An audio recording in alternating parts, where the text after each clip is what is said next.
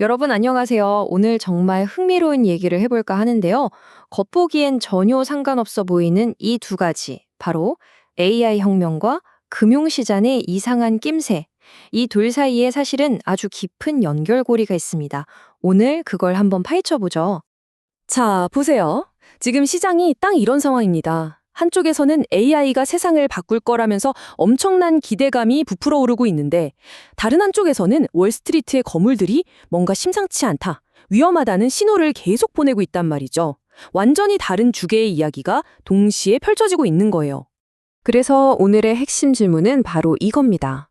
도대체 AI 혁명이랑 금융시장에 금이 가고 있다는 얘기가 무슨 상관이냐는 거죠.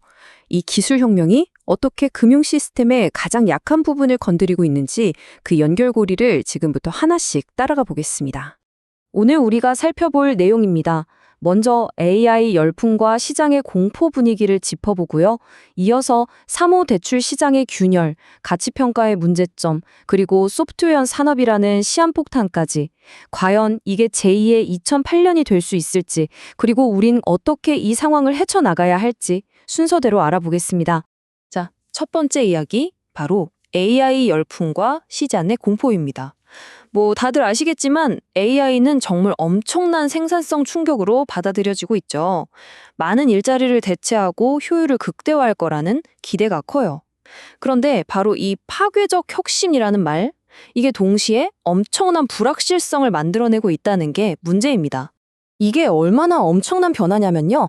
S&P 500 기업이 100만 달러, 그러니까 약 13억 원의 매출을 올리는데 예전엔 8명이 필요했다면 AI 시대에는 단 0.5명이면 충분할 거라는 예측까지 나옵니다. 정말 말도 안 되는 효율성이죠. 바로 이 엄청난 잠재력 때문에 지금 전 세계 돈이 AI로 몰려들고 있는 겁니다. 그런데 벌써부터 걱정의 목소리가 나와요. 이 말을 한번 들어보시죠. 5년 뒤에 우리가 이걸 보면서 너무 많이 지었다, 과잉 투자했다고 후회하게 될지도 모른다. 마치 예전에 마이애미 콘도에 너도 나도 투자했다가 거품이 꺼졌던 것처럼요. 지금 AI 인프라에 쏟아붓는 돈이 어쩌면 실제 수요보다 너무 앞서가고 있는 건 아니냐는 그런 경고인 셈이죠. 자, 그럼 이제 이야기의 무대를 기술업계에서 금융시장으로 옮겨보겠습니다. 한쪽에서 이렇게 축배를 들고 있는 동안 금융시장의 아주 어둡고 깊은 곳에서는 뭔가 적적 갈라지는 소리가 들리기 시작했습니다. 이 숫자를 좀 보세요. 5조 6천억 원. 이게 뭐냐면요. 세계의 최대 대체 투자 회사인 블랙스톤의 한 펀드에서 투자자들이 내 돈 당장 빼줘 하고 몰려든 그 환매 요청액입니다. 이게 바로 펀드런이죠. 작은 회사도 아니고 블랙스톤에서 이런 일이 벌어졌다는 게 첫 번째 위험 신호였습니다. 이게 다가 아닙니다. 또 다른 거대 운용사인 블랙록의 사례는 더 충격적이에요. 불과 석 달 전까지만 해도 2,500만 달러, 우리 돈으로 한 340억 원의 가치가 있다고 평가했던 대출 자산을 그냥 가치 없음, 즉 영원으로 장부에서 지워버렸습니다. 단 3개월 만에요. 이 엄청난 속도와 과감한 상각 처리가 지금 상황이 얼마나 심각한지를 보여주는 거죠. 이게 블랙스톤이나 블랙록 딱 두 곳만의 문제라면 그나마 다행일 텐데 그렇지 않다는 게 더 큰 문제입니다. 이 시장의 또 다른 강자인 블루아울 캐피탈이라는 회사는 주가가 1년 만에 그냥 반토막이 나버렸어요. 마이너스 54%나 빠졌죠. 심지어 주가가 더 떨어질 거라고 베팅하는 공매도 세력들은 계속해서 몰려들고 있습니다. 이건 개별 회사의 문제가 아니라 시장 전체에 뭔가 구조적인 문제가 있다는 아주 강력한 신호입니다. 자, 그럼 이 모든 문제의 진원지가 어디냐? 바로 사모대출, 영어로는 프라이빗 크레딧 시장입니다.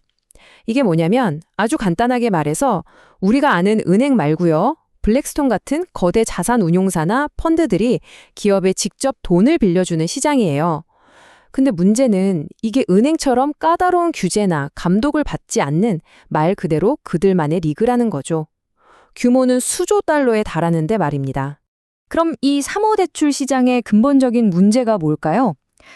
바로 이 시장의 작동 방식 그 자체에 있습니다. 이걸 가치평가라는 눈속임이라고 부를 수 있겠는데요. 시장의 가장 치명적인 약점, 아킬레스건을 지금부터 자세히 살펴보겠습니다. 자, 문제가 뭐냐면요.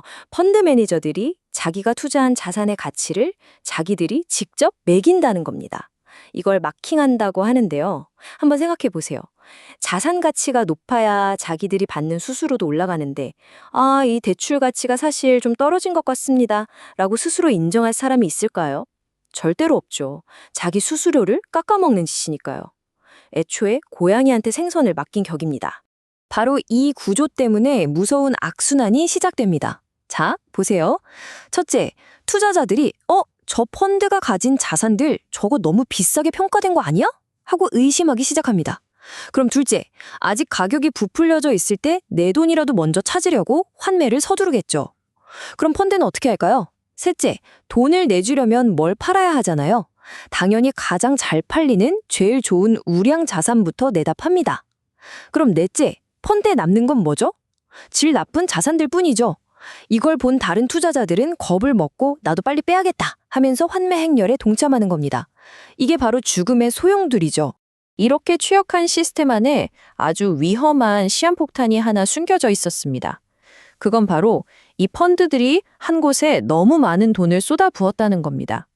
특정 산업, 바로 소프트웨어 산업에 대한 몰빵 투자죠. 이 차트를 보시면 그냥 한눈에 이해가 되실 겁니다. 다른 시장이랑 비교해서 사모대출 시장이 얼마나 소프트웨어 산업에 집중 투자했는지를 보여주는데요. 일반 고수익 채권 시장은 비중이 5%도 안 되고요. 레버리지론 시장도 한 13% 정도인데 사모대출 시장은 무려 20%가 넘는 돈이 소프트웨어 기업으로 흘러 들어갔습니다. 이건 소프트웨어 산업이 흔들리면 시장 전체가 무너지는 구조나 다름없게 된 거죠. 아니, 소프트웨어 좋은 산업인데 왜 문제냐 하실 수도 있죠. 근데 지금 이게 왜 이렇게 위험하냐면 바로 담보의 성격이 바뀌었기 때문입니다. 예전 대출은요, 만약 회사가 망해도 공장이나 재고 같은 실물 자산이라도 건질 수 있었어요. 근데 지금 소프트웨어 기업들은요, 만약 AI 같은 새로운 기술 때문에 사업 모델 자체가 쓸모없어지면 담보로 잡은 게 그냥 허공에 사라지는 거나 마찬가지입니다. 대출해준 쪽에서는 회수할 수 있는 유형 자산이 사실상 제로에 가까워지는 거죠. 자, 여기까지 듣고 나면 아마 다들 이 질문을 떠올리실 겁니다. 이거 혹시 제2의 2008년 금융위기 아니야? 하고요. 과연 그럴까요? 결론부터 말하면 균열의 모습도 위기의 성격도 그때와는 좀 다릅니다. 2008년 위기는 핵심 원인이 과도한 빚, 즉 레버리지와 금리 문제였습니다. 그래서 해결책도 비교적 명확했죠.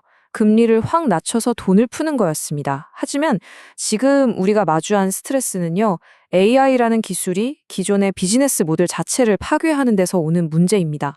이건 금리를 낮춘다고 해결될 문제가 아니에요. 아무리 돈을 풀어도 이미 쓸모없어진 회사를 살려낼 순 없으니까요. 어쩌면 그래서 더 근본적이고 해결하기 어려운 위기일 수도 있다는 겁니다. 자, 이제 다시 시야를 넓혀서 전체 시장을 한번 보겠습니다. 문제는 이런 사모대출 시장의 균열이 하필이면 시장 전체가 이미 굉장히 불안정하고 비싼 시점에 나타나고 있다는 겁니다. 한마디로 실수를 용납할 여유 공간이 거의 없다는 거죠. 이 표가 그걸 보여주는데요. 복잡해 보이지만 간단합니다. 현재 주식시장이 역사적으로 얼마나 비싼 상태인지를 보여주는 지표들이에요. PER, CAPE, PSR. 이름은 몰라도 됩니다. 중요한 건 현재 수치들이 지난 30년 평균보다 거의 2배 가까이 높다는 겁니다. 즉 시장에 거품이 잔뜩 껴있다는 뜻이고 이런 상태에서는 사모대출 시장에서 터지는 작은 충격 하나도 시장 전체를 흔들 수 있다는 얘기가 됩니다. 자, 그래서 우리가 지금 이 상황을 경계해야 하는 이유를 딱 3가지로 정리해 볼 수 있습니다. 첫째, 아직 기업들이 망하는 신용부도 사이클이 본격적으로 실적에 나타나지 않았습니다. 이제 시작일 수 있다는 거죠. 둘째, 아직 회계장부에 숨겨져 있는 드러나지 않은 손실 폭탄이 더 있을 수 있습니다. 그리고 마지막으로 가장 중요한 건데요. AI가 기존 소프트웨어 회사들의 사업 모델을 얼마나 어떻게 파괴할지 그 최종적인 영향은 아직 그 누구도 정확히 모른다는 겁니다. 이 드라마는 아직 클라이맥스가 오지 않았을 수도 있습니다. 네, 그래서 마지막으로 이 질문을 던져보면서 오늘 이야기를 마무리할까 합니다. AI는 분명 우리의 미래를 만들어가는 엄청난 동력이죠. 하지만 그 찬란한 빛의 이면에서 어쩌면 우리도 모르는 사이에 다음 금융위기를 조용히 만들어내고 있는 건 아닐까요? 이 양면성을 계속 주시하는 것이 앞으로 시장을 이해하는 데 가장 중요한 열쇠가 될 것 같습니다.